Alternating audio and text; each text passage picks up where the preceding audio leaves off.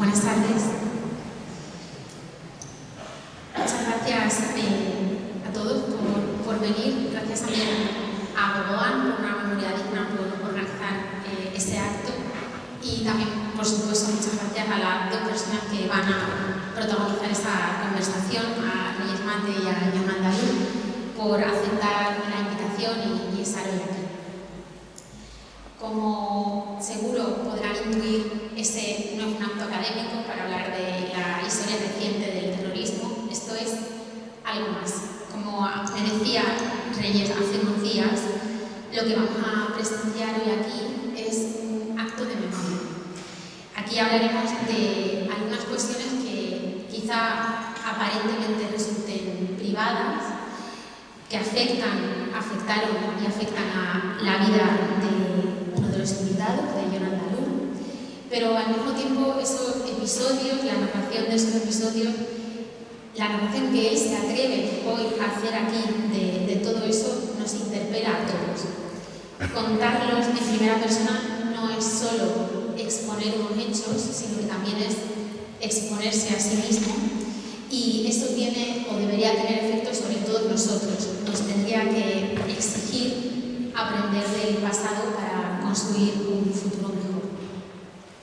Manuel Reyes Mate, nacido en Pedrajas de San Esteban, en Valladolid, ha dedicado buena parte de su vida a desbrozar el sufrimiento de las víctimas.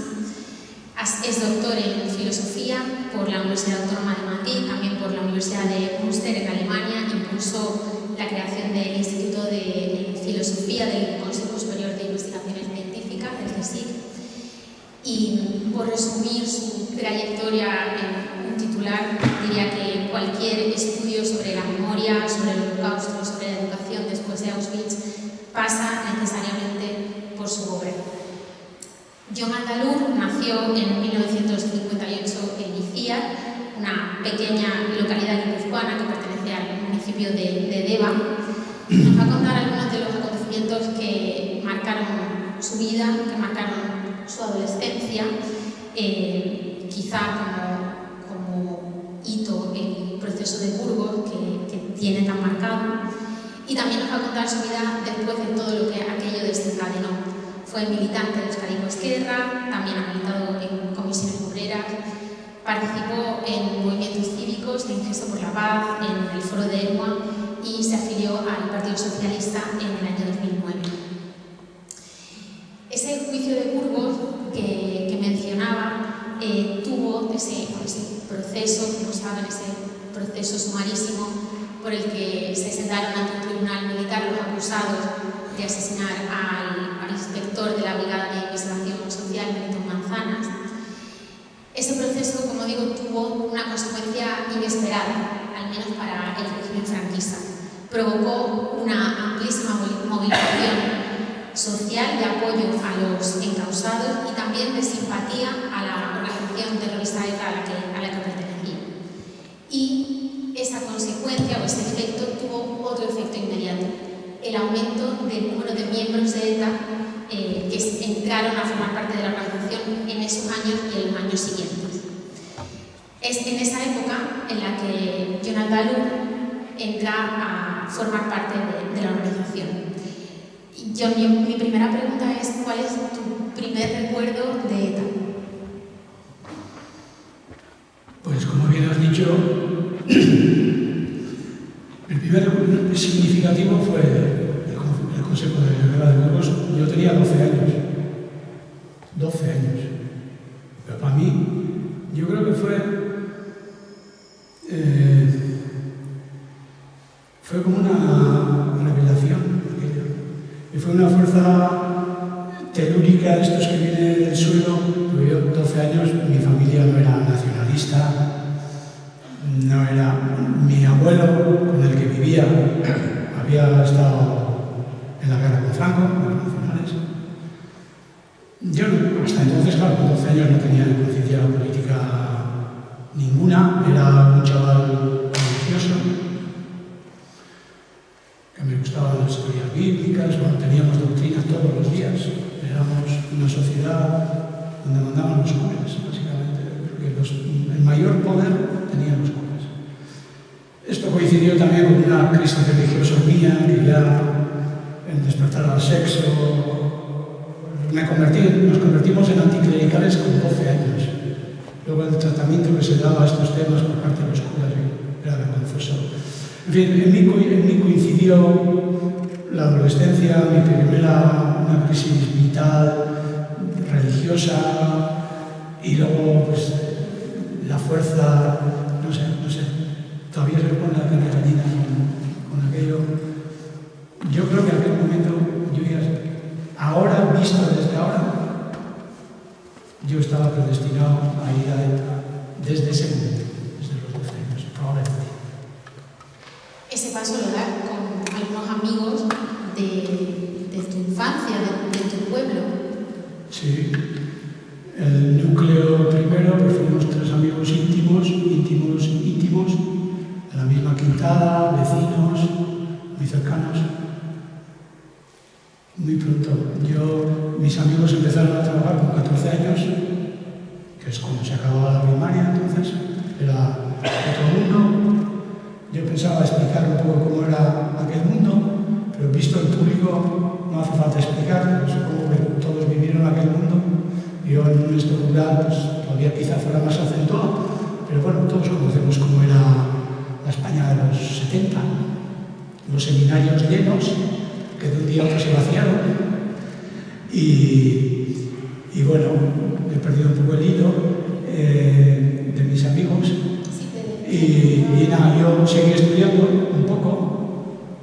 Y el día que mataron a Pushanti, que sería, no sé si era el 4 de marzo o algo así, del 73 o 4, 74 sería, pues ese día dije, ¿yo qué hago aquí? Dejé la escuela, llegué a casa, le dije a mi madre que ya no iba a ir más a la escuela.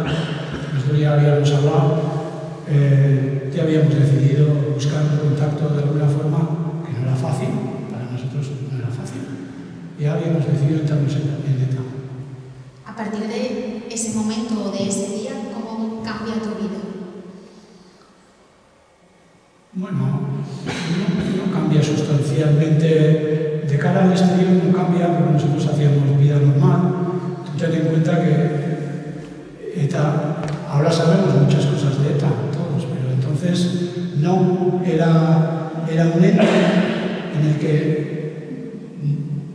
tú vuelcas un poco tus aspiraciones, o crees que aquello, no sé, aquello va a traer. Claro, nosotros teníamos una utopía también, que era la utopía revolucionaria. Por supuesto, no queríamos romper con la religión, con nuestros padres, con la sociedad, con todo. Éramos rebeldes, un rato. Entonces, hombre, ETA pues, se adaptaba a todo aquello perfectamente, ese relato nuestro, ¿no? Y entonces también te empodera. Tú sabes lo que es ser miembro de una organización que nadie sabe qué eres, que nadie sabe qué es. Te da un empoderamiento también, desconocido para los demás, te crea una burbuja. Estoy improvisando un poco esto, pero supongo que era así. De eso, Reyes, ¿cómo es posible o qué mecanismos operan en una sociedad para que alguien considere como una aspiración digna, heroica, admirable, formar parte de una organización terrorista? Bueno, antes de nada, quiero agradecer la organización de este acto. En mi larga vida académica he participado en muchos actos académicos sobre la vida y la muerte, la paz y la guerra, pero este acto es diferente para mí porque creo que, como tú decías, es un acto que se inscribe en un gesto de memoria, es un acto de memoria.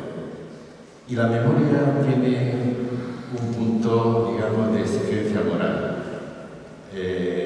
Yo quiero compartir con nosotros una experiencia y yo se lo agradezco profundamente porque su experiencia tiene mucho que ver con todos. No hubiera sido posible su trayectoria sin el condicionamiento de una sociedad. Y por otro lado, la sociedad que tenemos es el resultado de toda esa violencia.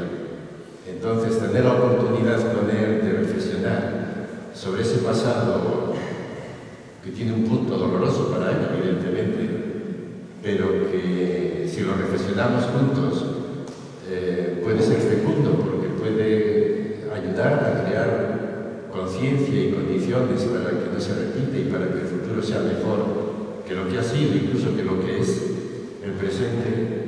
Pues eso es muy de agradecer. Bueno, por eso os agradezco mucho que hayáis organizado este acto y que me hayáis invitado a compartir con John esta reflexión. Entonces, entrando en tu pregunta, lo que tenemos que tener en cuenta es que la violencia ha gozado de mucho prestigio en nuestra cultura. No es un asunto de ETA, esto viene de muy atrás. La palabra política tiene la misma raíz que polemos, que guerra. Guerra y política se han confundido constantemente, se han implicado constantemente. Un filósofo muy antiguo, Heráclito, decía: la guerra es la madre de todo. Y Marx decía: la guerra, la violencia es la partera de la historia. Forma parte de nuestra cultura la violencia, el prestigio de la violencia. Incluso un pensador tan humanista como Unamuno decía: la guerra es la gran ocasión que tiene la humanidad para poner de relieve sus mejores virtudes. Venimos de esa tradición, de una tradición en la que la guerra ha tenido, la violencia en general ha tenido mucho prestigio. Y yo bien recuerdo que para mi generación, que es un poco anterior a la de yo, la violencia revolucionaria era un lugar sagrado. Los grandes filósofos defendían la violencia revolucionaria. Franz Fanon inspiró todos esos movimientos revolucionarios de América Latina con los que se miraba desde aquí con gran admiración. Cuba, las FARC, tantas cosas. En España había muchos movimientos anteriores a ETA que defendían la violencia revolucionaria. Entonces era muy fácil para los jóvenes inquietos acabar en una de esas organizaciones. Era muy normal que los jóvenes inquietos acabaran en esas organizaciones. Porque había una lección dentro de la violencia que no habíamos aprendido y que hemos aprendido después, pero que hemos tenido que pasar por esa violencia para aprenderlo. Y esa lección consiste en lo siguiente: que la violencia, aunque tenga las mejores intenciones, como fue el caso de muchas organizaciones revolucionarias, acaban siendo víctimas de la lógica de la violencia. La violencia tiene su propia lógica. Y una vez que la pones en marcha, se acabaron los ideales. Ella misma se alimenta, se retroalimenta, y al final necesita matar porque es su sentido. Pero esa lección la hemos aprendido después. Y lo que yo digo es que pensando en aquella generación, se entiende fácilmente que los jóvenes inquietos acabaran, muchos de ellos, en organizaciones revolucionarias. Yo, volviendo a esos años tuyos de militancia en ETA, al inicio del 76 tú entras a formar parte de ETA político-militar un año antes, en el 75, y en el 76 ETA político-militar pone en marcha su nueva estrategia para reconstruir sus estructuras, que en el fondo pasaba por recaudar a su manera dinero para mantenerse. Ese impuesto revolucionario, ese eufemismo que ocultaba la extorsión económica a empresarios, directivos, profesionales liberales, empieza a funcionar mediante cartas en las que se les amenaza con matarlos si no entregan a la organización la cantidad que se les solicitaba. Ese año 1936, ETA político-militar secuestra a 4 empresarios Dos de ellos, José Luis Arrasate y Ángel Berazari, están en manos de un comando que estaba a las órdenes de Apala, el líder de los pueblos militares que estaba en ese momento refugiado en Francia. El secuestro de Arrasate acabó con su puesta en libertad y el de Ángel Berazari acaba con su asesinato. Berazari fue a todos los efectos una víctima inesperada. Había recibido amenazas a las que él había prestado importancia, había sido combinado con otros industriales a pagar ese impuesto revolucionario. Él era gerente de Sigma, la empresa que había fundado su suegro, y era simpatizante del Partido Nacionalista Vasco.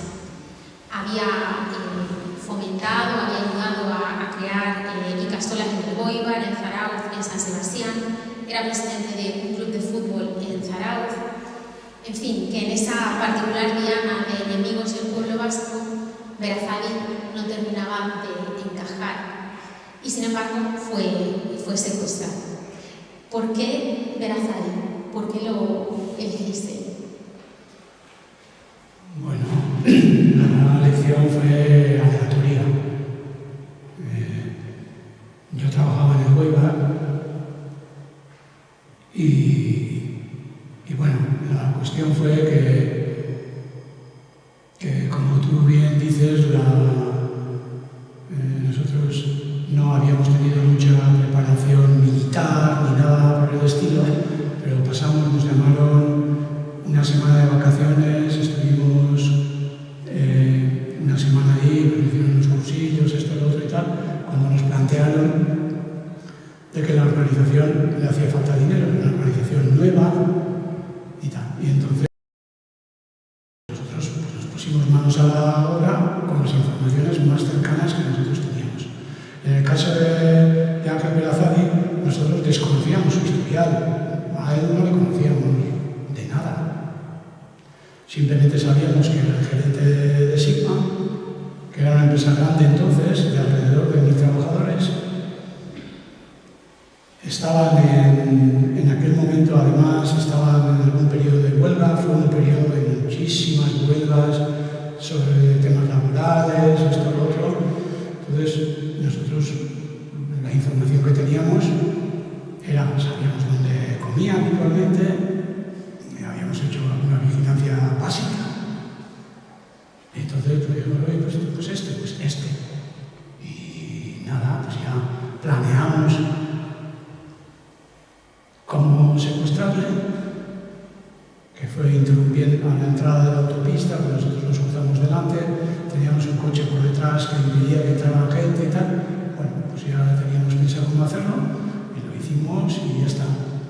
Lo metimos en un cobertizo que tenía mi familia. Ese era el segundo secuestro que habíamos hecho. Antes habíamos hecho otro. O sea que ya llevábamos un desastre, llevábamos mucha tralla. Nosotros estuvimos poco tiempo, pero llevábamos muchísima tralla. Posiblemente estábamos más cansados que nosotros creemos y tal. Y entonces aquello también nos vendieron como que se iba a acabar enseguida y tal y cual, pero se fue complicando.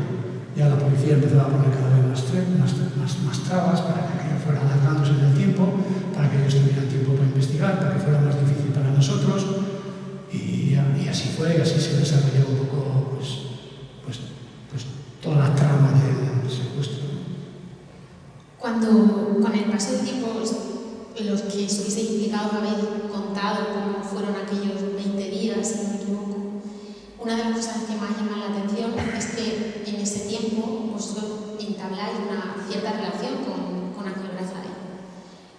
De alguna manera cambió la visión que teníais de él como objetivo a raíz de esa relación que entabláis con él en aquellos días. Vamos a ver, claro, nosotros contra él no teníamos nada, eso es lo terrible, lo cierto, nosotros contra él no teníamos nada. Y él era un hombre, bueno, luego convivimos con él. Yo no era el que más convivió, yo trabajaba, pero bueno, yo conviví con él mucho, yo les traía todos los días la comida y hablábamos y hombre, siempre con la cara tapada, no era una cosa de vis a vis, ¿no? Pero bueno, luego él, para estar activo, pues muchas veces cocinaba. Era un hombre que creo que tenía 58 años y nosotros teníamos 18. Él era gerente de una empresa, sabía manejar gente, o sea, es decir, era un hombre seductor, campechano, interesante. En fin, tuvimos todo tipo de conversaciones, desde las más banales, que era la mayoría, tampoco. Y luego no teníamos ninguna intención de hacernos la vida imposible unos a otros, más bien todo lo contrario. Él facilitó eso y nosotros estaban en unas condiciones de verdad duras, pero nosotros también, dentro de nuestras pocas posibilidades, bueno, tampoco le queríamos mal, no sé. Cuando de a pala recibís la orden de que tenéis que matarlo, ¿en algún momento os planteáis algo al respecto? ¿Pensáis que no es lo que queríais, pero era la orden que habéis recibido y lo teníais que hacer? ¿O entra en juego alguna duda? No, me gustaría decirte que sí, pero no tuvimos dudas. Es que lo primero que pierdes es la compasión, ¿no? Y en estas situaciones no. Y es que no hay lugar a dudas. Es que sin dudas echas a correr. No, yo ahora suelo pensar, ojalá si hubiéramos hecho otra cosa. No, en aquel momento, la verdad es que no dudamos, nos miramos, supongo que bastante perplejos todos, porque la situación era dura, pero no, pues eso es lo que nos habían dicho y eso es lo que tienes que hacer. Y lo hicimos. A veces, estos días he estado releyendo algo y me acordaba de que a Abraham Dios le dice, sacrifica a tu hijo Isaac y tal, y Abraham va y está dispuesto a sacrificar a su hijo porque Dios le dice que como símbolo de esto de fidelidad, de que lo haga, ¿no? Y en el último momento le dice, ya has hecho suficiente y no sé, como dice, mata al carnero o lo que sea, ¿no? Entonces, ¿hasta qué punto para nosotros estábamos en una situación parecida, ¿no? Esto es tu Dios, es el referente, es que no puedes ponerlo en duda, estás en una organización. Es importante, no éramos soldados, nadie nos había mandado entrar allí, habíamos entrado nosotros, éramos militantes, no soldados. Entonces, tú en la estructura que estás, pues tienes que, pues, no ni en duda, lo haces y ya está. Entre el asesinato de Berazadi y vuestra detención pasan solamente unas horas o un par de días. ¿Tú has notado alguna vez que habíais quedado con vuestras novias para despediros de ellas en San Sebastián porque teníais que pasar ahora sí a la clandestinidad y que es en ese trayecto cuando la policía os detiene? En ese momento en el que la policía os detiene, ¿vosotros habéis asimilado ya lo que habíais hecho o estabais en esta especie de, no sé si burbuja, shock o adrenalina de lo que había pasado? Sí, estábamos en una situación de bastante shock, creo yo. Esto coincidió con la fuga de Segovia y tal. Yo creo que al día siguiente era Fraga, ministro del Interior, declaró estado de excepción. Nosotros estábamos bastante en shock, muy en shock, pero por otro lado estábamos seguros de que la policía no sabía nada de nosotros y de que nosotros nos podíamos mover tranquilamente. De hecho, éramos dos chavalitos, los que nos detuvieron al principio, dos chavalitos que teníamos 18 años. Nosotros no teníamos ningún antecedente de ningún tipo, nunca nos habían detenido y nada. O sea, ¿qué pasó? Que nos detuvieron en un control, fueron a inspeccionar el coche y en la parte de atrás del coche encontraron una bala. Fueron a central, fueron a esto, y empezó a desencadenar, empezaron a vigilar nuestras casas, donde estábamos, encontraron el piso franco, las armas, no sé qué, en fin, nos pillaron. Yo ahora suelo pensar, si hubiera sido una semana más tarde, hubiéramos salido de aquella. Estamos en una situación tan de shock que, claro, aquello ya lo habíamos hecho, pero asimilar es difícil. Ya cambiaba, entonces sí que cambiaban nuestras vidas. Las ha cambiado para toda mi vida. Ya las ha cambiado y ya está, toda mi vida. Y bueno, pues fuimos detenidos. A raíz de lo que nosotros declaramos en comisaría y tal, detuvieron a otro compañero, nosotros consiguieron escapar. Y nada, luego vine a la cárcel y luego posterior la ley de amnistía. Tú estuviste en prisión 14 meses, si no me equivoco. No hubo juicio porque llegó la amnistía. Y antes de pasar quizás a esa vida después, me gustaría retomar algo que has dicho, ¿no? La duda, ¿no? ¿Qué pasa si dudas? Preparando esa charla, Reyes, recordaba el pasaje de los justos de Albert Camus, en el que se recrea el asesinato del gran duque Romanov, y hay un momento en el que el comando que va a matar al gran duque está esperando que pase la carroza para lanzarle la granada, y una de las militantes, Dora, se dirige a Janek, que era el encargado de lanzar esa granada, y le recuerda que es conveniente que no mire a la cara a su víctima. Le dice: habrá un segundo en el cual le mirarás. Janek, debes saberlo, tienes que estar prevenido. Un hombre es un hombre. Quizá el gran duque tenga ojos compasivos, le verás rascarse la oreja o sonreír gozosamente. Quién sabe, acaso lleve una cortadura de navaja. Y si en ese momento te mira, ¿cómo Reyes, cómo deja un hombre de ser un hombre y se convierte en un objetivo o en un enemigo, en alguien merecedor del asesinato? Bueno, seguramente que matar no es fácil, ¿no? Hay que tener una causa. En nuestro caso, en el caso de ETA, pues era que querían liberar un país que estaba oprimido, tenían una causa política que les llevaba a eso, pero cuando uno analiza casos más concretos, el agresor necesita normalmente deshumanizar a la víctima, ¿no? Se va convirtiéndole en un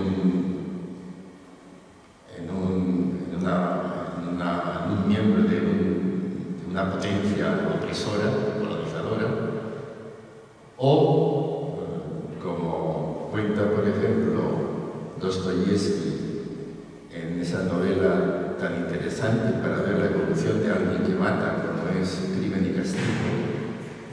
En Crimen y Castigo, el protagonista, Raskolnikov, que mata porque ha leído que los hombres superiores tienen derecho a imponerse a los inferiores e incluso a matar. Y él ve como a lo largo de la historia de la humanidad, los hombres importantes, Napoleón, los grandes emperadores, pues mataban por derecho, ¿no? Como una expresión de su superioridad. Entonces él quería experimentarse también como ser superior y decidió matar para demostrarse a sí mismo que era un ser superior, y por eso mata. Lo que experimenta es que cuando mata el que muere es él mismo. Él se da cuenta de que al matar a aquella vieja usurera, en el fondo se ha deshumanizado a sí mismo. Pero él necesita una razón para matar, que es demostrar su superioridad. Los nazis también lo tenían pensado y por eso a los judíos les consideraban seres inferiores, ¿no? No solamente pertenecían a una raza inferior que podía contagiar y debilitar a la raza superior, que era la raza aria, sino que había que tratarles como animales, ¿no? Por ejemplo, los nazis castigaban a quien considerara, a quien llamara a cadáver, porque era una palabra que tenía una cierta connotación humana y tenían expresiones alemanas que podríamos traducir por leños, eran leños, no eran cadáveres, ¿no? Y en el lenguaje ordinario usaban una palabra que se puede traducir por insectos, ¿no? Eran insectos, no eran seres humanos. ¿No? Si uno visita un campo de exterminio y le compara con un campo de concentración, hay una diferencia. En los campos de exterminio, que era donde iban los judíos, no había algo que sí había en un campo de concentración donde podían ir prisioneros de guerra. En un campo de concentración había una sala militar donde se juzgaba y se condenaba a los que llegaban. En los campos de exterminio no había sala de juicio porque a ellos se les consideraba privados de derechos y por tanto se les podía matar impunemente. En fin, quiero decir que para aliviar la mala conciencia necesitas que el otro sea objeto de una agresión, sea un enemigo, sea un ser inferior, sea... Pero de todas maneras, decía al principio que matar no es fácil, ¿no? Pero, sin embargo, lo que demuestra el siglo XX es que es muy fácil. Y es tan fácil que por eso se ha creado la expresión, Hannah Arendt utiliza esa expresión de banalidad del mal, para decir no que el mal sea banal, no. El exterminio de 6 millones de judíos, a lo que ella se refería, no es ninguna banalidad. La banalidad es la facilidad con la que un ser normal se convierte en criminal. Cualquiera de nosotros puede convertirse en un criminal. Decía ella, dice, basta dejarse llevar por la corriente, basta suspender el juicio. Y por eso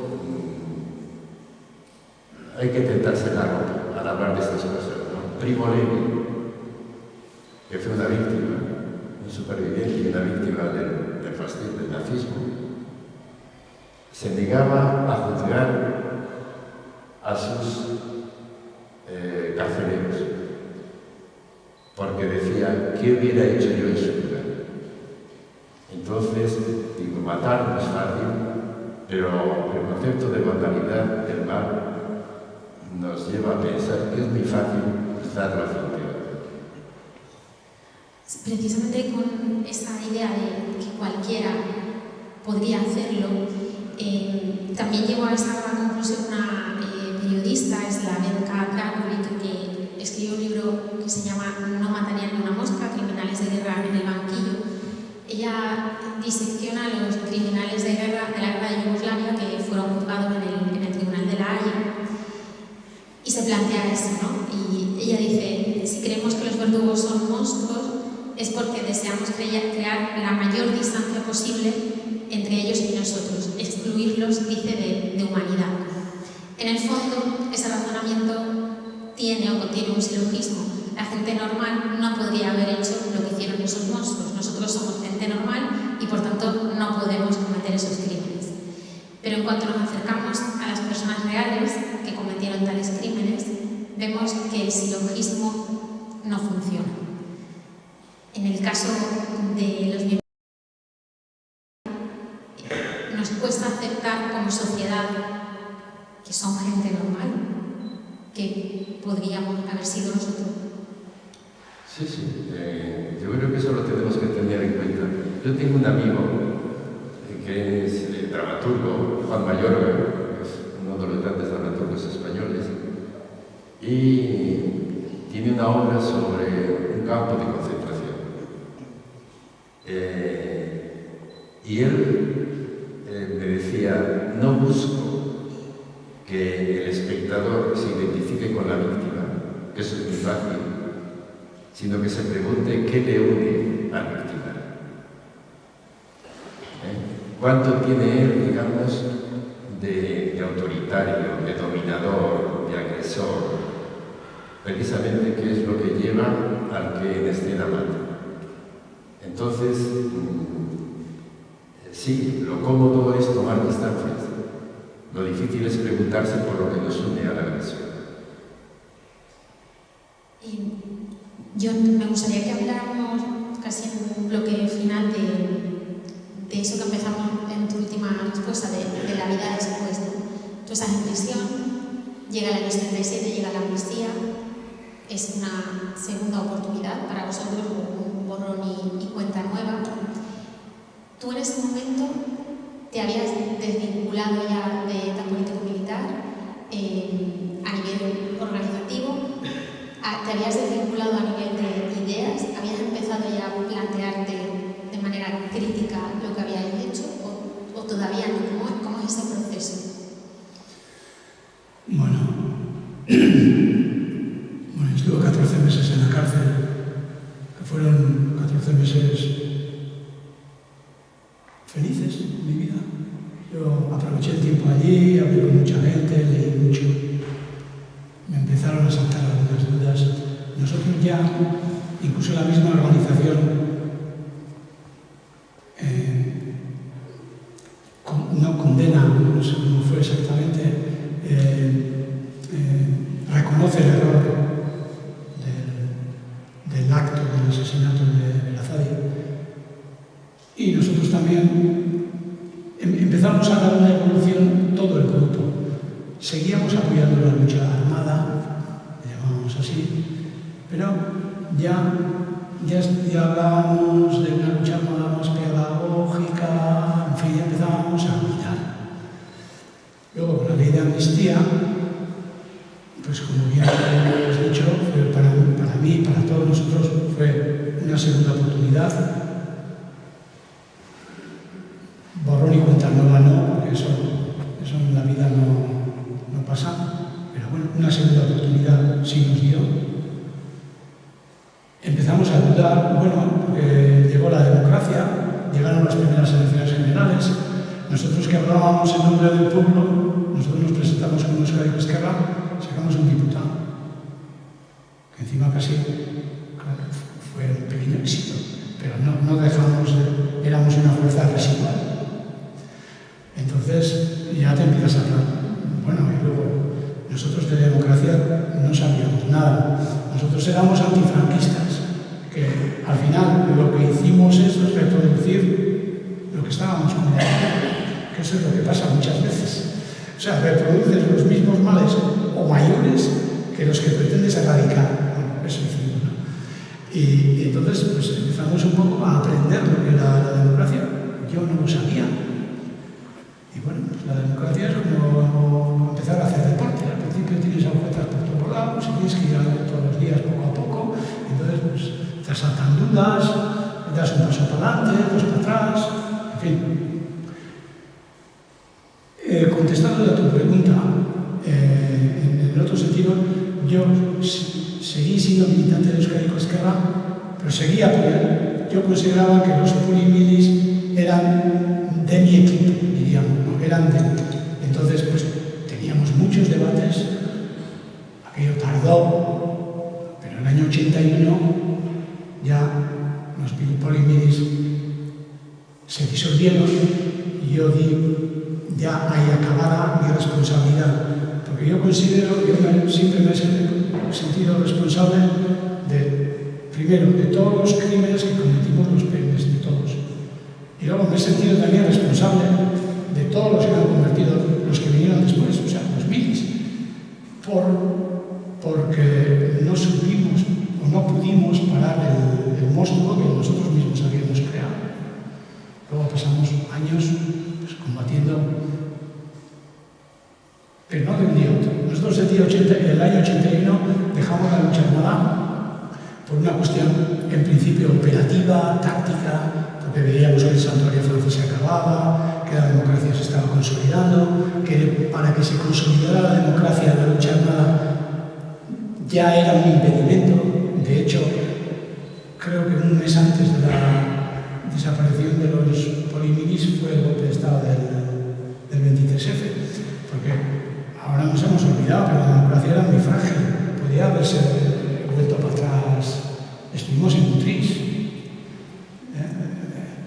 Narcís Serra en sus memorias dice que hasta el año 86 el ejército había muchas veces que no le hacía caso.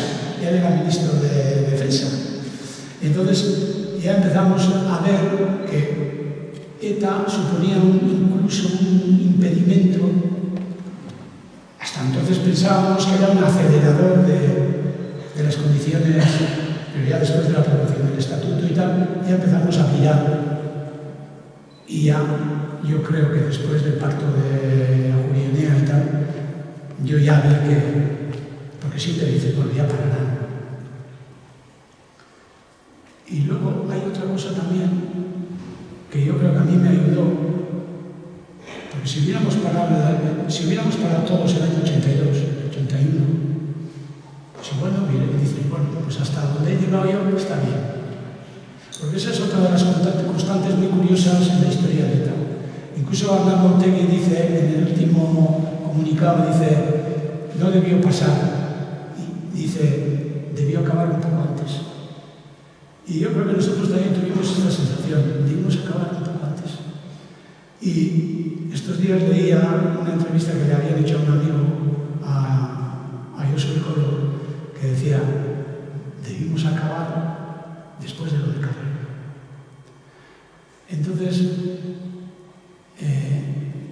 yo de eso le decía, debimos acabar, no debimos haber empezado. ¿No? Igual la única ETA buena, desde luego, es la anterior, al primer asesinato, ¿no? Si es que hay una buena, sería antes de... El caso es que todo el mundo justificábamos, hasta donde estaba bien, ¿no? Y luego a mí, ¿qué me pasó? Yo más o menos justificaba esos años haber llegado hasta donde nosotros habíamos llegado. Bueno, ese era el momento que había que parar. Luego, cuando ves que ETA sigue, ves el disparate, te ves en el espejo. Dices, esto no puede ser. O sea, la continuación de ETA influye en la percepción tuya del pasado. No sé, esto no sé si se entiende o sea, yo creo que a nosotros a ese nivel te ayuda a dar o sea, ves el disparate que tú mismo has provocado, que tú has ayudado a generar y luego cómo otros siguen. Y entonces fue un proceso. Yo empecé a ver las víctimas, pues en el año 88 hubo algunos casos. Bueno, en el año 84 ETA nos pone una bomba, una asociación que teníamos ahí de jóvenes. En el año 88 matan a Azpiri, que era bastante amigo mío.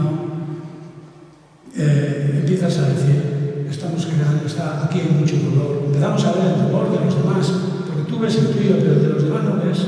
Eso es muy curioso. No ves. Entonces empiezo a ver, 10 años después, no es un proceso que de un día. Lo ves poco a poco. El asesinato de Sebastián Azpiri te marcó en ese sentido. Ya me estaban marcando todos. Nosotros ya públicamente, tanto como organización política, a partir del año 83-84, empezamos a manifestar nuestra oposición al uso de las armas y tal. Pero de ahí a pasar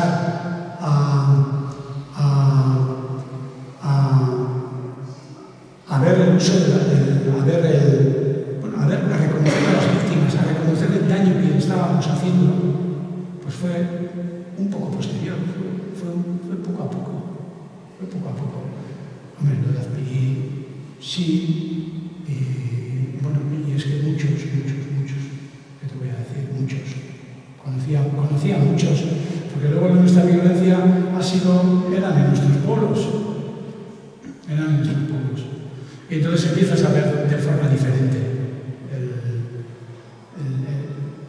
la realidad, empiezas a percibir de forma diferente la realidad, ¿no? Entonces puedes callar, puedes hablar, puedes esconderte, puedes escaparte, puedes hacer mil cosas, cada uno hizo pues, lo que pudo, no sé. Hablando de los pueblos, tú alguna vez has contado que te sorprendió cuando saliste de prisión que la gente, que los vecinos estaban más radicalizados que vosotros. ¿Cómo se vive en un entorno en el que tú evolucionas en ese sentido y empiezas a ser crítico con esas ideas, al mismo tiempo que hay una parte de la sociedad que va en dirección contraria? Bueno, pues hemos vivido un poco un exilio interior también, pero bueno, siempre hemos dado la cara. Yo siempre había algunos, siempre he tenido un pequeño equipo cerca mío, no muy numeroso, éramos muy minoritarios, pero siempre dimos la cara. Y claro, nos llamaban de todo. Y bueno, hemos estado un poco proscritos también, pero yo siempre me he sentido cómodo. Yo pasé muy mal cuando salí de la cárcel, eso de que te traten como un héroe y decir, ese no soy yo. Yo era un bandido, un rebelde, no un héroe. Y yo perdí muchos, porque encima te mandan como tienes que ser. Yo no era como suponían ellos que era. Yo no daba la talla. Yo nunca he dado la talla. Y entonces pues fui un poco apartado y tal. Pero bueno, pues eso hemos llevado toda la vida. Desde entonces, y bueno, pero hemos sobrevivido a eso. Siempre hemos dado la cara y bueno. Hablamos antes de que tú podrías haber hecho ese camino de crítica con tu pasado y podrías haber arrepentido, pero podrías no haberlo hecho público. Y sin embargo lo has hecho y hoy estás aquí. ¿Por qué te expones a contarlo? ¿Por qué has decidido que es importante hacerlo? Bueno,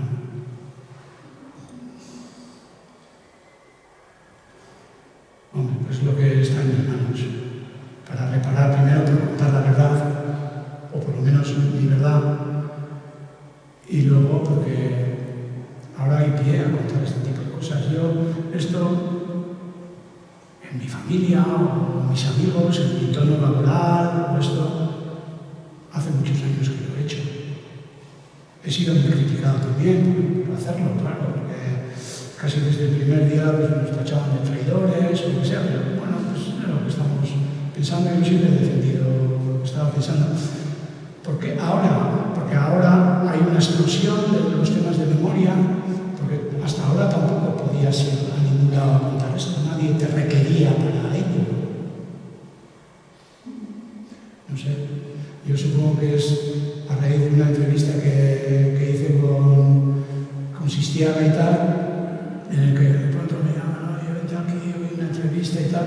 Estoy un poco abrumado porque tampoco quiero yo ser protagonista de nada, ni que tenga que dar explicaciones de esto todos los días, en todos lados. Estoy un poco de miedo ya me da. Entonces, ¿por qué lo hago? Porque creo que lo tengo que hacer, porque debo la verdad y bueno, y si mi testimonio vale para algo, bueno, pues para no repetir, para ver los errores, para que la gente joven no caiga en la fascinación de la violencia como caímos nosotros, y que no es tan difícil, como dice Reis, es bastante más fácil de lo que creemos caer en esas dinámicas. Pues bueno, pues si sirve para eso, pues bueno, para algo habrá valido haber venido hoy aquí. Reyes, hay una frase de Mario Calabresi, que es un periodista italiano, hijo de Luigi Calabresi, un policía, un comisario italiano asesinado por pelota continua. En su libro Salir de la noche, él dice: se puede ser un exterrorista, pero no se puede ser un exasesino. Y esa frase, quizá a la luz de esta conversación un poco dura, también se me puso a pensar que un terrorista no es solo lo que hizo, sino también lo que decidió hacer después con el daño que causó. ¿Por qué hay tan pocos testimonios como que yo. ¿Por qué hay tan pocos miembros de ETA que hayan decidido, al menos públicamente, mostrar su arrepentimiento? Bueno, John ha dicho algo que me parece muy importante, y es que la reflexión crítica es un proceso y se va descubriendo poco a poco hasta que llega al punto cero, y es entender que matar para defender una idea no es defender una idea, es cometer un crimen. Es decir, esa valoración moral de esa prohibición de matar como instrumento político, que es el fin de la reflexión, tarda en hacerse, ¿no? Y se va. Entonces, hay que darse un tiempo. Es decir, las personas tienen que darse un tiempo para hacer ese proceso, y las sociedades también, pero hay que hacerlo, ¿no? Entonces, eso me parece interesante subrayarlo. Después, ¿por qué llama la atención que haya habido tan poca gente de ETA que se haya enfrentado críticamente a su pasado? Llama la atención. Los casos conocidos son pocos en comparación con otros. Yo creo que tiene que ver con muchas causas. Primero, hay un equívoco que conviene aclarar, porque cuando hablamos de reflexión crítica o arrepentimiento, se piensa que es una virtud religiosa, ¿no? Y el arrepentimiento, como tantas otras cosas, tantas otras virtudes, nacen en las religiones, pero acaban siendo virtudes cívicas. Y como hoy se reconoce que el perdón no solamente tiene un origen religioso, sino que es una virtud política. El arrepentimiento también, porque como dice John, es tomar distancia respecto a su pasado y entender que lo que hizo no fue un acto heroico, fue una acción mala, fue matar, y eso está mal. Entonces, entendamos que es importante como virtud cívica esta reflexión crítica.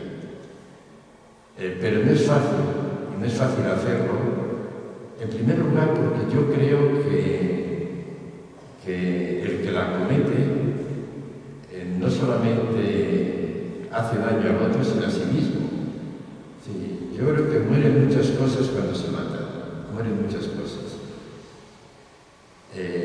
Hay un relato de Borges, el escritor argentino, que ya se titula El Requiem alemán, y habla de un oficial nazi que es condenado, es juzgado y es condenado a muerte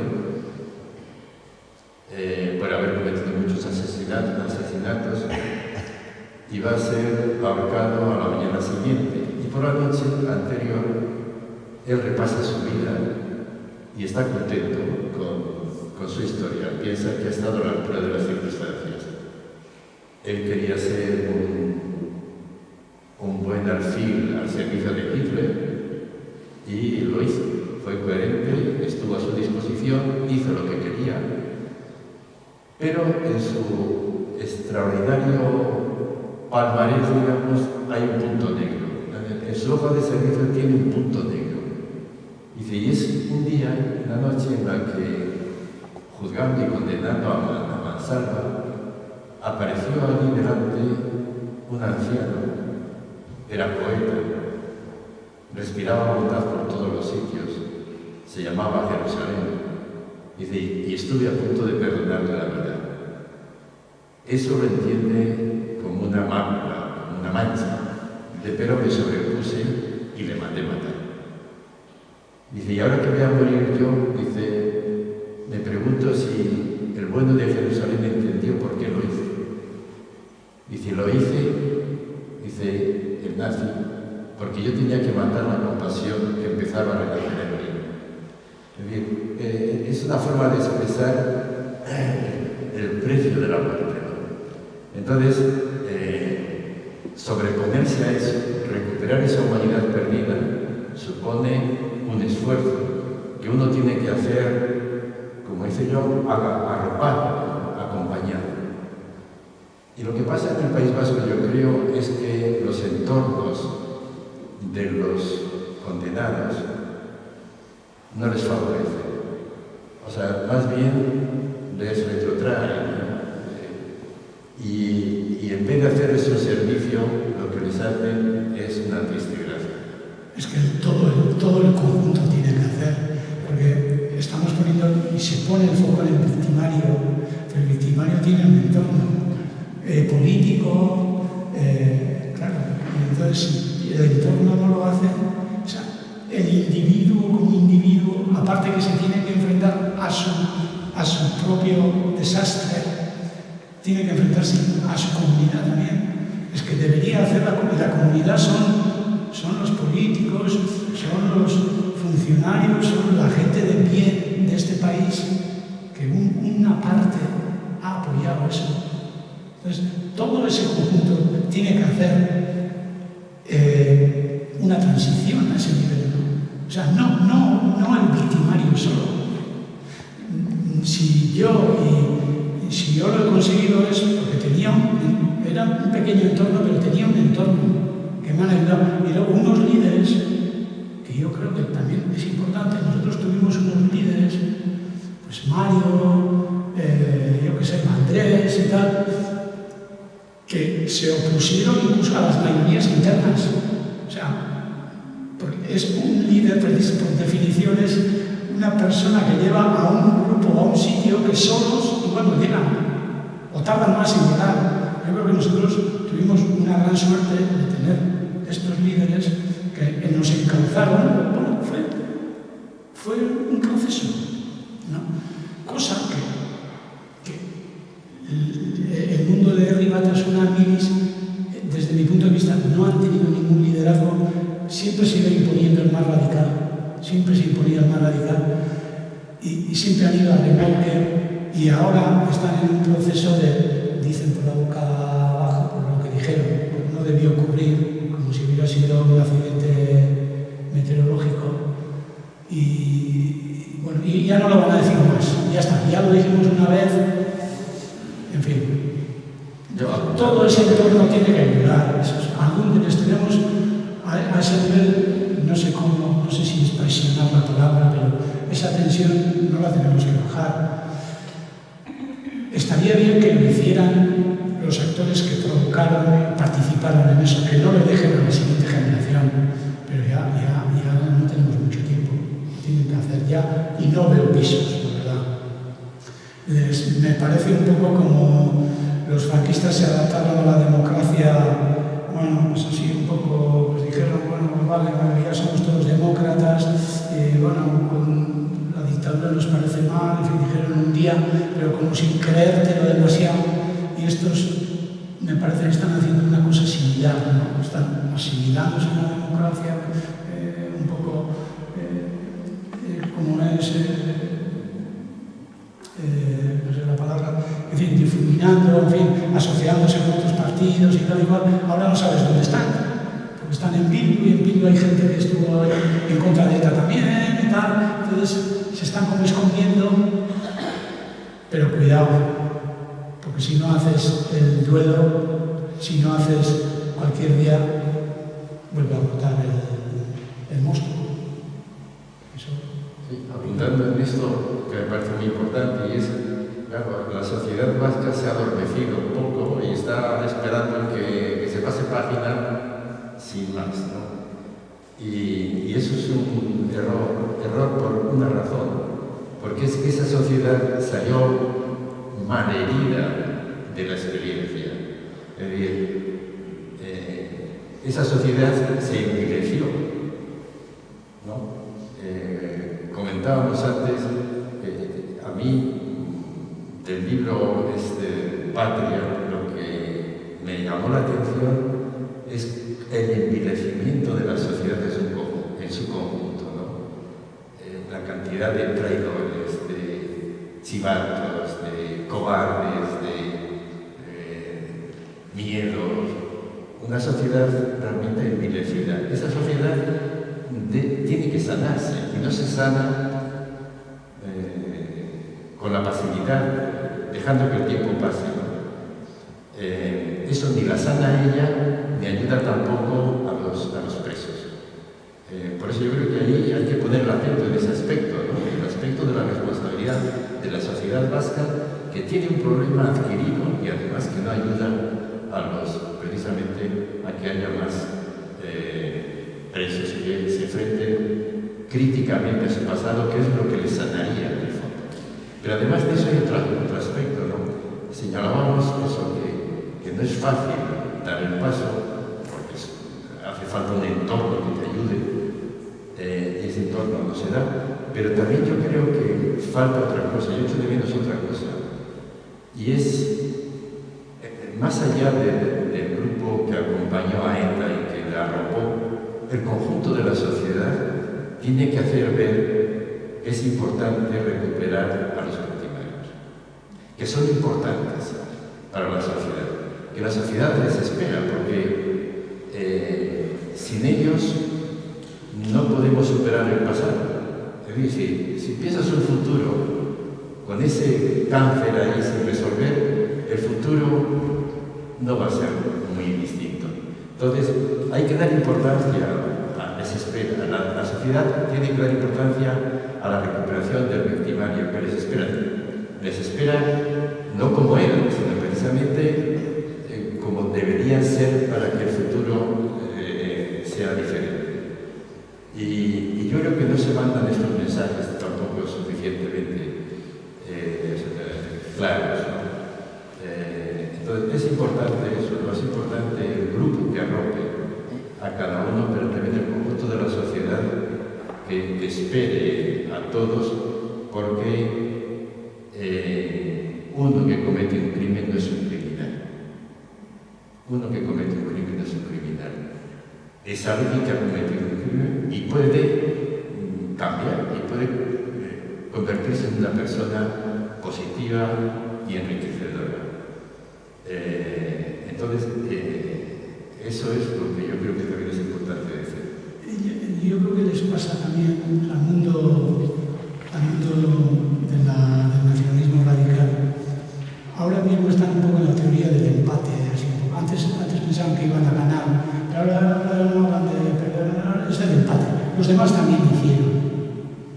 O sea, eso es como que sí, yo sí hice, pero los demás también hicieron, y como diciendo, pues empate, pues entre que hicieron unos y otros y tal, que es verdad, que no solo fue ETA el que practicó la violencia, bueno, bien, pero que cada uno cuente lo suyo. Entonces, cada uno tenemos que asumir nuestras responsabilidades. Y no, lo normal es ver como nos han dicho, ver la paja en el ojo ajeno y no la viga en el tuyo.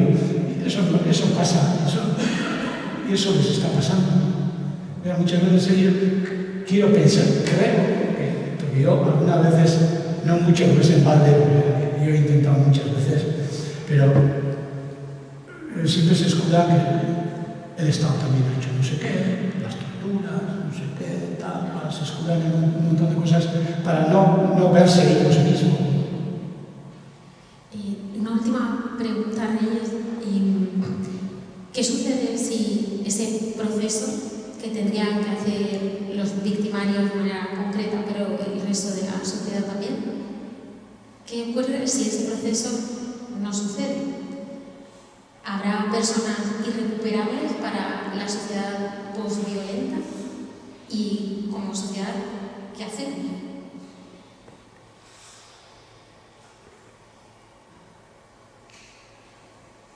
Yo creo que la historia de la humanidad es la prueba de que hasta ahora la paz ha sido siempre una tregua entre dos guerras. Pero que lo normal era la guerra, porque en el fondo subsistía siempre la razón de la guerra.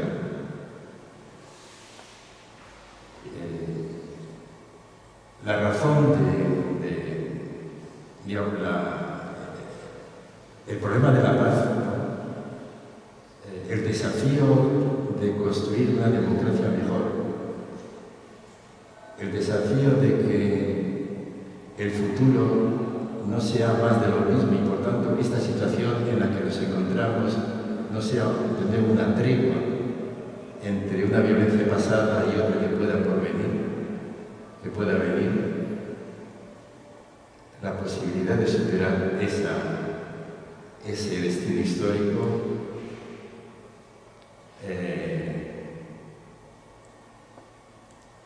es que nos tomemos en serio la violencia. Y por eso es tan importante que aquellos reductos violentos cambien. Si resulta que hemos vivido una experiencia en la que una organización ha tenido el poder que ha tenido, pero porque estaba rodeada de una sociedad que la envolvía, si todo eso no se toca, ¿no? Entonces el problema subsiste. Es decir,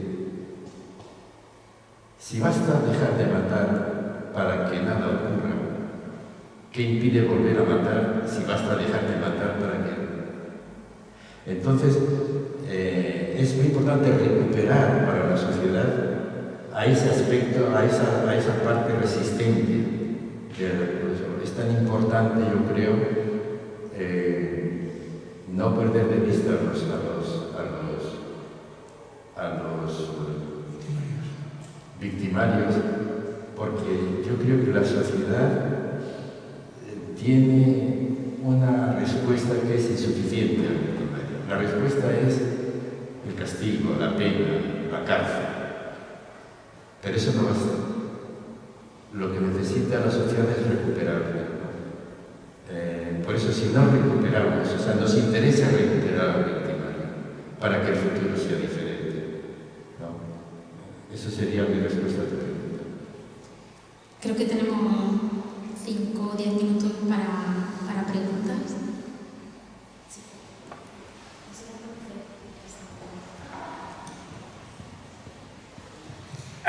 Hola. Hola. Bueno, quería agradecer que hayáis venido. La verdad es que ha sido muy interesante todo lo que habéis dicho. Y bueno, yo quiero decir que tengo 22 años, entonces estoy un poco en la edad de esa revolucionaria que hablabas antes. Y mi pregunta está un poco relacionada con eso. Has dicho que ETA no debería ni haber empezado, según cómo lo mires o desde qué punto lo pienses. Entonces, mi duda es, ¿no crees que como ETA luchaba contra Franco, la represión de Franco hubiese sido mucho mayor si no hubiesen habido grupos contra él?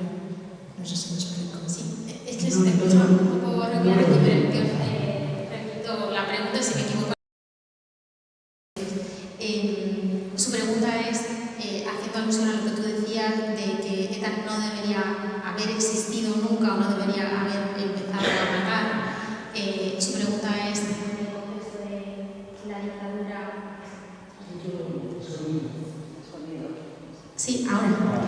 En el contexto de la dictadura franquista, si no hubiera existido ETA, su pregunta, quizá la represión del régimen hubiera sido mayor. O sea, de alguna manera, tu pregunta es, ¿la existencia de organizaciones terroristas en el contexto de la dictadura estaba justificada por el hecho de que luchaban contra una dictadura? Bueno, si no hubiera existido ETA, la represión no hubiera sido mayor. La represión era la que era, había un sometimiento ya tranquilo, porque luego la verdad es que contra Franco había muy poca gente.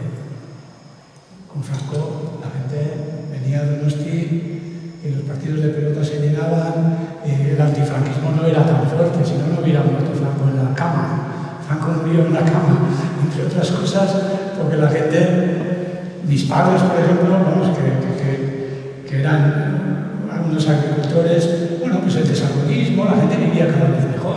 En los años 60, la posguerra fue durísima, pero contra Franco no se manifestaban muchos, muy pocos. Y sobre todo se manifestaba el Partido Comunista, pero en el mundo nacionalista, nadie hizo nada hasta la existencia de ETA. No sé, quizá fue aquel que se lanzó a lo bonzo, como era Joseba Eusebio, que se lanzó a lo bonzo delante de Franco y tal, pero lo demás oposición se hizo al franquismo. O sea, ETA entró en una dinámica que entonces se llamó acción-represión. Cualquier cosa que hacíamos o que se hacía en un pueblo, no matar a alguien, yo qué sé, echar un cóctel molotov a una estación, yo qué sé, a un repetidor, pues venía la Guardia Civil y detenía entre 18 y 28 a todos. ¿Cuántos eran? 50, y les daban de golpes y les al siguiente todos en la calle, todos enfadadísimos. O sea, eso era munición para ETA. Entonces, ETA se desarrolló muy fácil en ese movimiento, porque yo creo que el franquismo tampoco estaba, el fenómeno de ETA le sorprendió. De hecho, Domínguez dice aquí en el prólogo que montaron un juicio de Burgos para asustar a la gente. Lo que consiguieron fue todo lo contrario, que la gente se mosqueara y empezara a salir. Cuando hasta entonces, sin ver la pena de muerte a los de ETA, Franco les pone 20 años de cárcel y tal, nadie se hubiera movido seguramente nada. Y entonces también, quizá en Europa se movió más gente que aquí, porque hubo un movimiento en toda Europa enorme, hasta el Papa intervino y tal. Aquí hubo sus cosas, pero tampoco.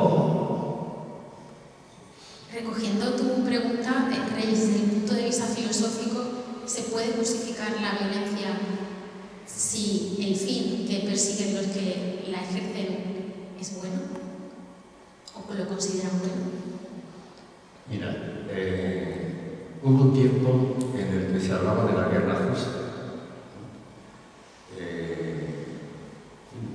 Los pensadores españoles del siglo XVI y XVII establecieron una doctrina que ha durado hasta el siglo XX, y era que había casos en los que la guerra era justa.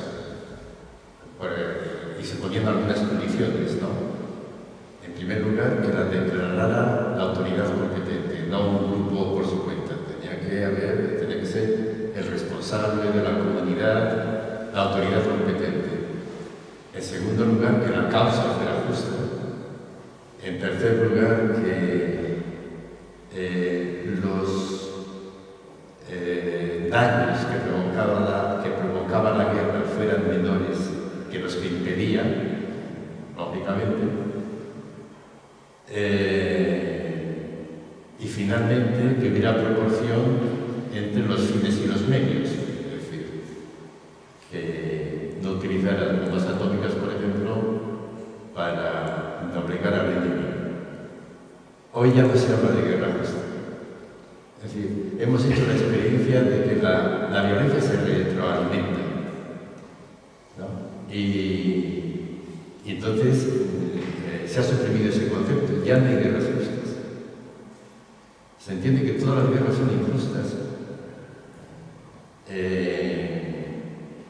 Y se puede discutir, ¿no? Se puede discutir, pero en filosofía, pues lo que me hablas, cada vez se impone más el concepto de que la violencia al final no arregla nada, sino que vale más una negociación mala que una guerra buena, ¿no? Este es el punto de vista actual. ¿Y eso por qué? Porque ya las armas de guerra, la razón de fondo es que las armas de guerra no distinguen entre población beligerante y población civil, sino que hacen daño a todos. Entonces, el uso de las armas provoca ya más daños que los bienes que consiguen. Entonces, ya no se habla de guerra justa. ¿Hay otra pregunta? Sí, a ver.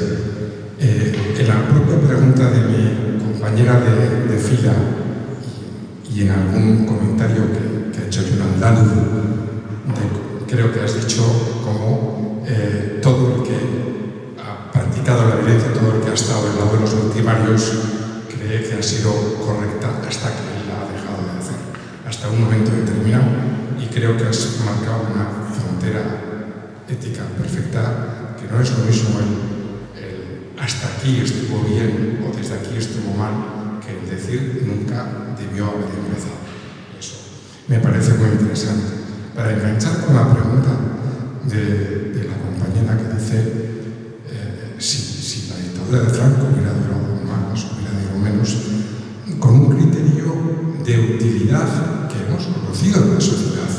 ¿Era útil la violencia? Yo creo que es una pregunta peligrosa que debemos responder individual y colectivamente.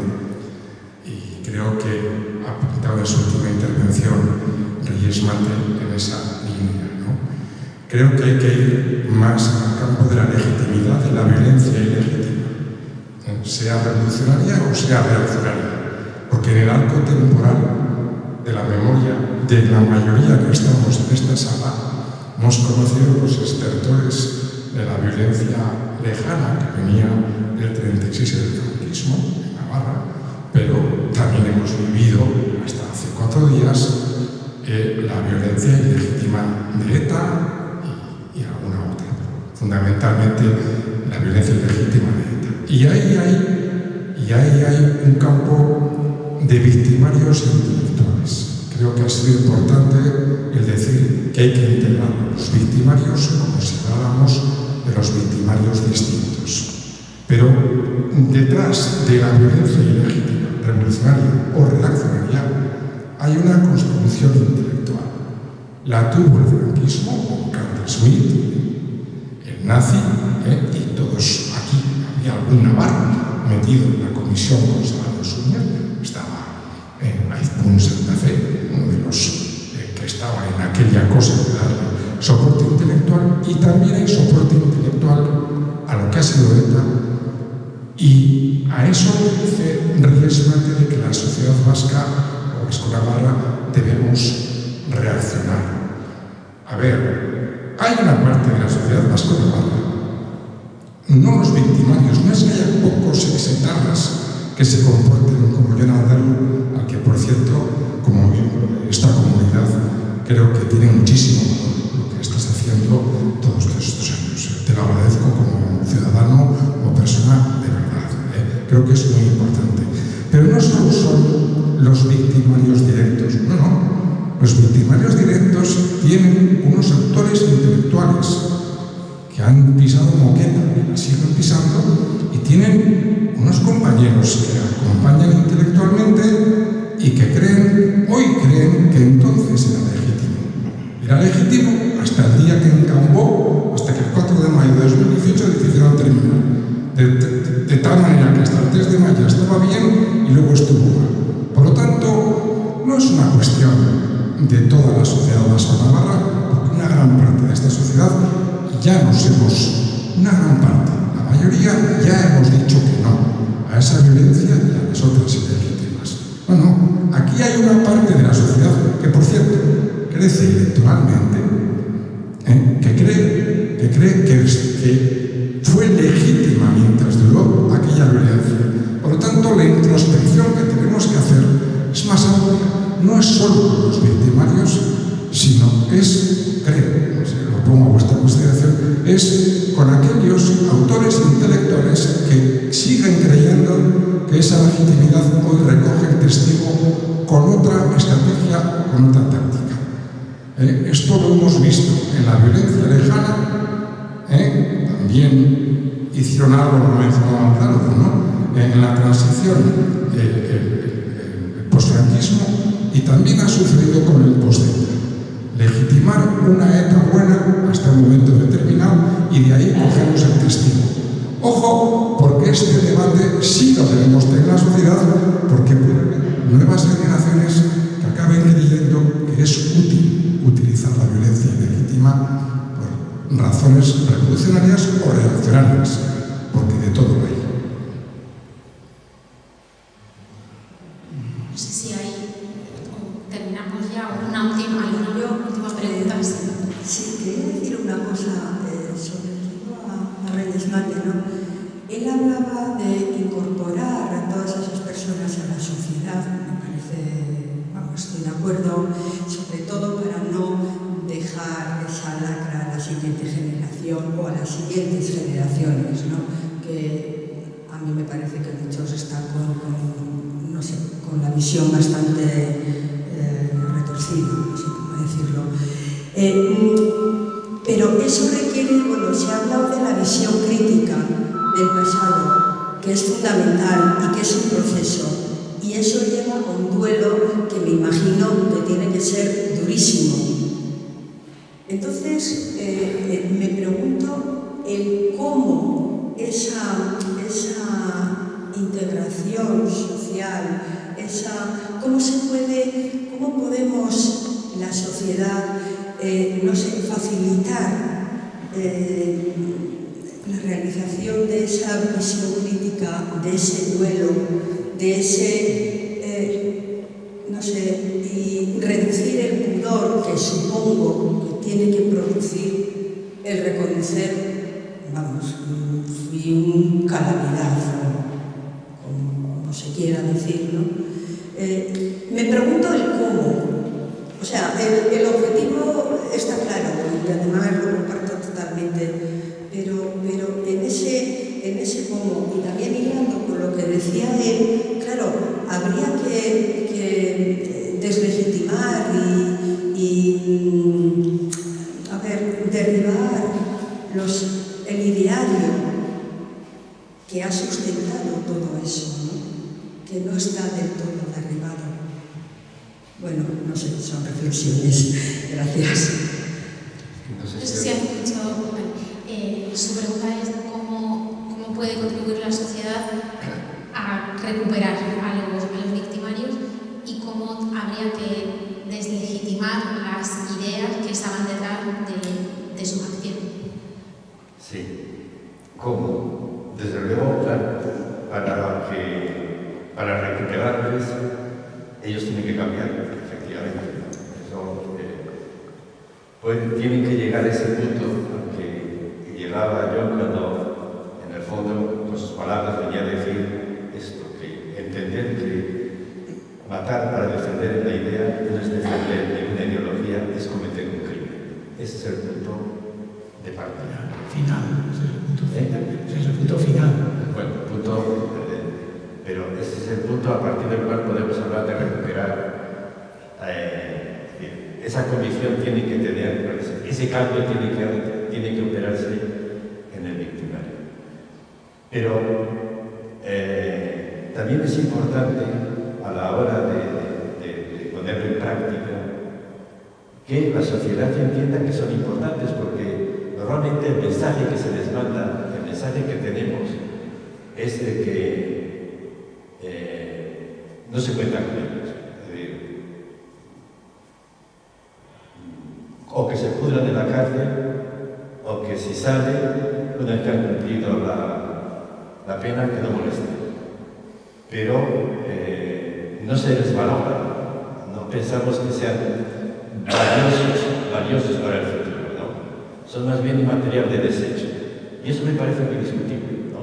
Porque eso es dejar la gangrena, eso es dejar una parte de la sociedad sin esa metamorfosis, ese cambio que es necesario para que el futuro no sea repetición del pasado. Parte importante de ese cambio es efectivamente el debate de ideas. Yo digo y pienso que el arrepentimiento, que es una palabra ante la que muchos se echan para atrás, el arrepentimiento no tiene que ver inicialmente con las ideas, sino con los hechos. ¿No? El arrepentimiento no es porque hayas tenido tales ideas, sino porque has convertido la muerte en instrumento político. De eso es de lo que hay que arrepentirse. Pero es verdad que en el caso vasco, el tema del nacionalismo va más allá. El nacionalismo espera un debate en España que no ha tenido lugar. El nacionalismo es discutible.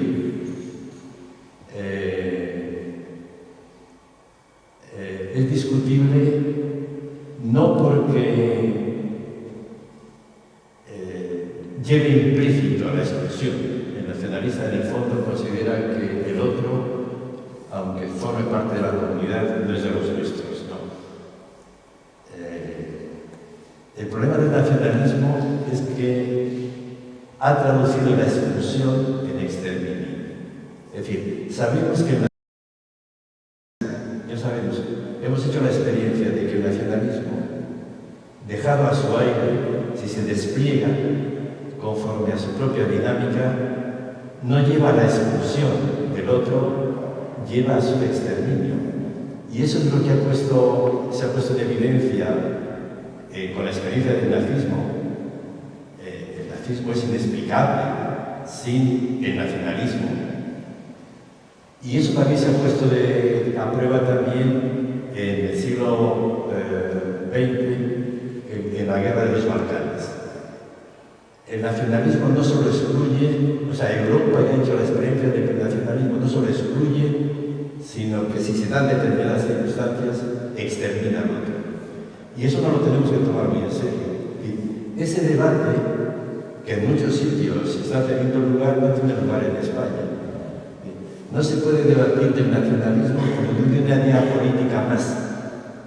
El nacionalismo tiene una historia y entonces hay que discutir las ideas del nacionalismo en el contexto de esa historia en el que el nacionalismo no excluye sino extermina. ¿No? Entonces, esto sería, digamos, alguno de esos apuntes que yo haría a ese proceso de recuperación pero yo tuve una pequeña experiencia, participé en ese encuentro, en esos encuentros restaurativos de Nanclares de la Ópera y lamenté mucho que esa experiencia no prosperara y que fuera abortada cuando el PNV ganó en el País Vasco y cuando Aznar ganó en España. ¿Por qué no les interesó esa experiencia? Y a mí me parece una experiencia riquísima, porque es muy contagiosa, es muy rica. Era llamativo, ¿no? La riqueza que supone observar la experiencia de quien ha hecho el proceso. Es una experiencia muy rica y muy contagiosa. Y sin embargo... Esfuerzos ya ha habido en el sentido de reintegrar a las víctimas.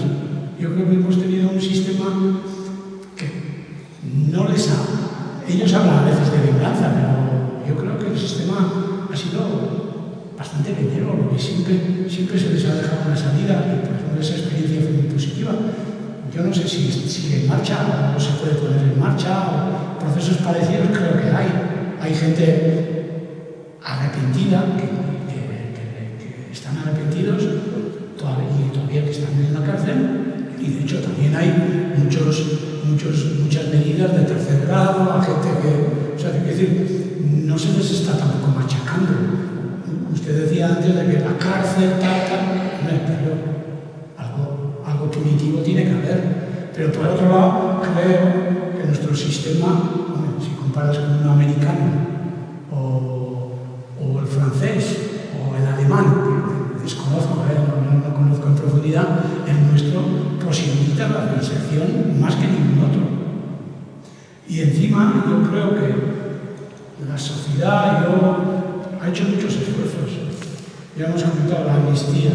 En el 81, con los PMs, aquellos de la Vencedora de Rosón, el pacto de la Julianía del 87, que venía a decir pactos presos. Aznar lo vuelve a intentar en el 96, Aznar lo vuelve Zapatero en el 2005-2008. Estos procesos restaurativos, ha habido un montón de intentos de atraerles al juego democrático y a todo. Intentos ha habido muchísimos. Ha habido tantos que yo a veces pienso que estos se han pasado de frenada. Siempre pensaba, ya vendrá el otro día y de hecho algunas veces pensaba yo, cualquier intento de negociación les hacíamos fuertes. ¿Alguna vez he pensado eso? O sea, yo decía, ya tenemos que dejar de negociar. Yo cuando negocié Zapatero tenía mis grandes dudas. Decía, ¿dónde nos estamos metiendo? Porque decías que un buen final es un mal acuerdo, es el mejor final, ¿no? hubiera sido un buen acuerdo, un buen acuerdo con ETA, un buen final. Porque ETA estuvo, el desastre de ETA ha sido que no buscó un final.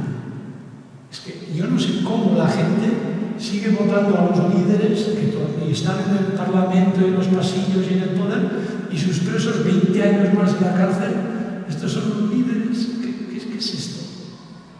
O sea, no han conseguido ni un final digno para su gente.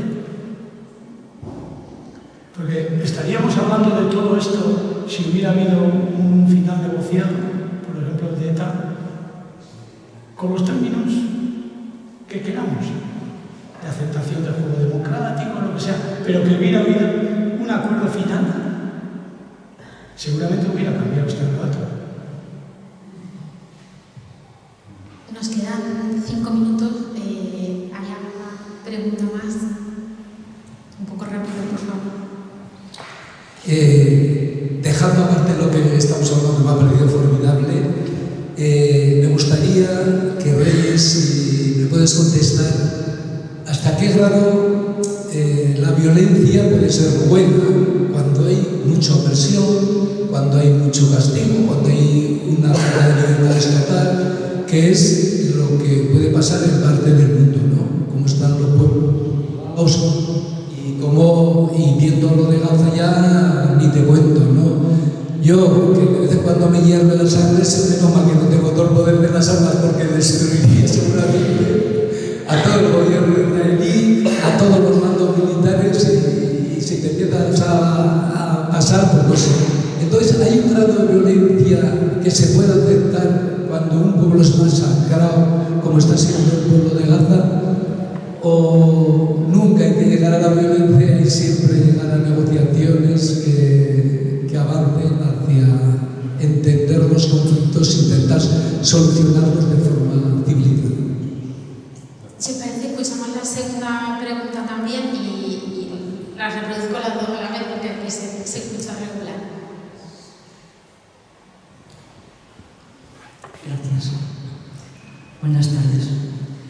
John, gracias porque has tenido la oportunidad de una vida que, fíjate, después de lo que viviste, tuviste la posibilidad de pedir perdón, tuviste la posibilidad dentro de un entorno como Mario Mainía, como Teo Uriarte, como personas que pudieron acoger esa situación de arrepentimiento.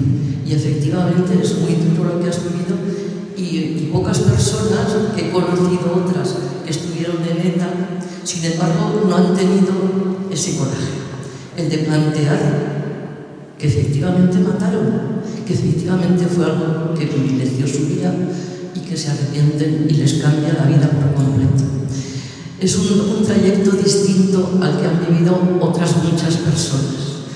Pero yo tengo la enorme preocupación de que el envilecimiento que ha creado esta sociedad en la que por un lado hay estructuras y efectivamente, o sea, en la época del franquismo, muchísima gente, la mayoría, estaban encantados en el franquismo, viviendo sobre todo el neonacionalismo, una situación apacible, vamos a decir apacible.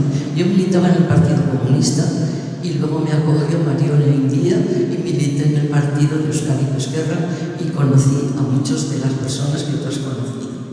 Bien, en aquella época, yo que estaba en la vida pública, pedía la reinserción en voz alta y con toda mi fuerza desde las instituciones. Yo creo en un Estado de Derecho y he tratado de construirlo con tanta gente.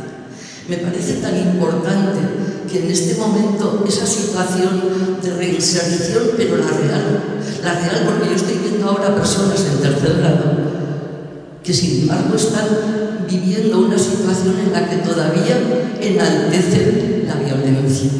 Y tú has dicho, hubo un momento en el que realmente se pudo parar, ojalá no hubiera habido nunca. Maisca Fernández lo ha explicado tan claro en sus libros, cuándo nació la violencia y cuándo no debió nacer la violencia, porque siempre como personas hemos tenido argumentos y tenemos la palabra y Tenemos una sociedad, todavía en tu tiempo, y cuando tú tenías 12 años, yo ya era casi madre de familia, pero realmente teníamos la posibilidad de contar y con fuerza la posibilidad de las libertades, pero sin embargo lo que estábamos trabajando era por la dictadura del proletariado, entonces no sabíamos lo que era democracia, no estábamos valorando esos conceptos, como no entendíamos tampoco el envilecimiento enorme que se ha generado en esta sociedad y que hemos construido y que se mantiene, porque realmente ese envilecimiento, a pesar de todas las medidas que ha habido a lo largo de la historia, pues no han sido suficientes, porque está aquí, está en el miedo. O sea, esta sociedad es una sociedad miedosa y cobarde que ha generado todo esto que hemos vivido, toda esta violencia que hemos vivido. Y las víctimas no han tenido nunca petición de venganza, no han tenido nunca ninguna. Esta es la lección que nos han dado las víctimas del terrorismo. Pero sin embargo, en esta sociedad envilecida tenemos todavía muchas herramientas con las que batallar y luchar. Y las libertades y la libertad que no plantea entre guerra y guerra una posibilidad de perdón es algo que tenemos que ir construyendo. Es imposible que vivamos en esta situación con una sociedad que todavía no solo los intelectuales, como decía este compañero, es que la sociedad también está envilecida y está inoculando ese veneno. Y lo tenemos, nos lo hemos tragado. Nos lo hemos tragado y hemos estado viviendo por eso en esta cobardía, en este silencio, en esta complicidad. Y a mí me conmueve mucho porque he vivido en esto toda mi vida y me doy cuenta de que testimonios como el de John son muy importantes. Tenemos que plantear que efectivamente luchábamos porque hubiera una reinserción de las personas. Él lo ha logrado porque desde su palabra y su testimonio lo atestigua. Pero realmente esto será poco todavía. Será todo poco todavía y en esta sociedad faltan muchos peldaños porque se ha citado la amnistía, se hizo la amnistía. Batallábamos con una pancarta, estatuto de autonomía y amnistía, se logró. Hubo el golpe de Estado del 23F, hubo cosas tremendas, pero hubo también Pertur, hubo también Yoyes, hubo también cosas que tendrían que haber conmovido hasta la América, esta sociedad. Y sin embargo, pues hemos sido demasiado blanditos con todo esto, unas explicaciones que no justifican lo que era nuestra ansia de libertad. A mí esto me deja de verdad destrozada y pienso que tiene que haber muchas oportunidades para que realmente el encuentro se dé de verdad. Y la última, de verdad. No, vale, como tenemos que terminar, perdón, voy a cerrar ese acto recordando lo que decía al principio, ¿no? Hemos estado en un acto de memoria y eso implica que no nos vayamos igual que llegamos. Y creo que eso pasa por darle las gracias a Reyes Mate y por darle las